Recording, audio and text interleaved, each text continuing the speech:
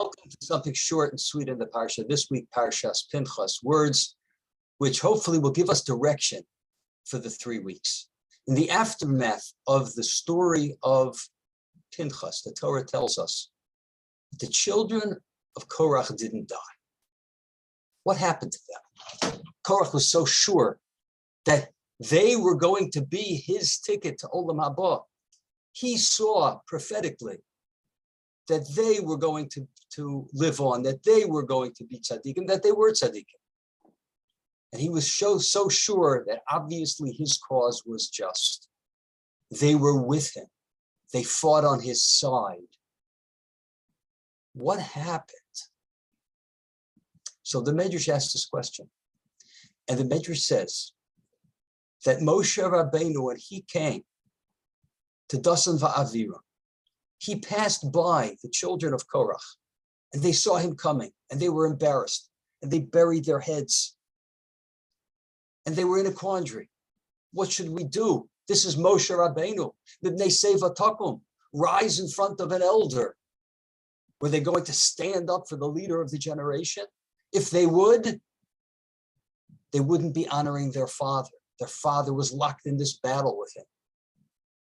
They decided we have to fulfill Mibnei Seva Takum. And they stood up for them. And then, as they stood up for Moshe Rabbeinu, something incredible happened. The Medrash says, all of a sudden, they were inspired to do tshuva. And as the Medrash elsewhere tells us, to this day, there's the echo of the children of Korach saying, Moshe Emes, the Torah so Emes. Moshe is true and his Torah is true. How did that work? The Medrash actually calls it a zuchus. It was the zuchus of standing up. But the Rosh Hashiva, Hanach Libud Zechatzaddik Livracha, said it couldn't mean the merit, because they had many merits. They were tzaddikim. So this was the merit. They stood up, they did one mitzvah, and this is the merit that inspired them to tshuva. It must be something intrinsic in the fact that they stood up for Moshe Rabbeinu. And indeed, he explains, when they did the mitzvah of standing up for Moshe Rabbeinu, they strengthened their honor for him.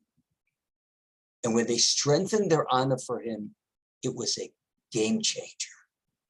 Their whole view of him, their whole view of the argument changed. Now think about it. They made rational arguments. They were on the side of their father. Moshe and Aaron were taking too much greatness for themselves, etc., etc. The argument was completely worked out. But it seems from the Medrash that once they gave honor to Moshe Rabbeinu, it changed the whole dynamic. They saw things in the proper light. Moshe Emes, the Torah so Emes. As we begin the 3 weeks, and we look to make strides, specifically in Bein Adam Lachaveru, between man and man. We know the Beis Hamikdash was destroyed because of sinas chinam, because of treating other Jews properly. Perhaps this is an amazing tactic to start giving other people, our parents, our spouse, our children, the requisite kavod that they deserve.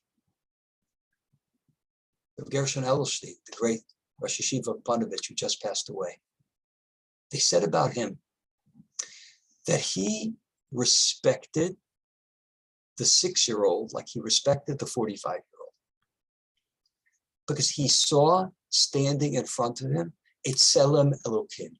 Now consider that. We normally give honor to a person because of his station in life. This man's a rabbi. This man's a doctor. This man has so much money. This man has a beautiful house. It's what a person has done. It's what a person has amassed. But not for Rav Edelstein. He saw the human being. So a 6-year-old was a Tselem Elokim, was a person created in the image of God like a 45-year-old rabbi. it didn't make a difference. Once you have that baseline, so then he saw them if they had particular qualities that gave them more honor, such as they were chachamim, etc. If we are to look around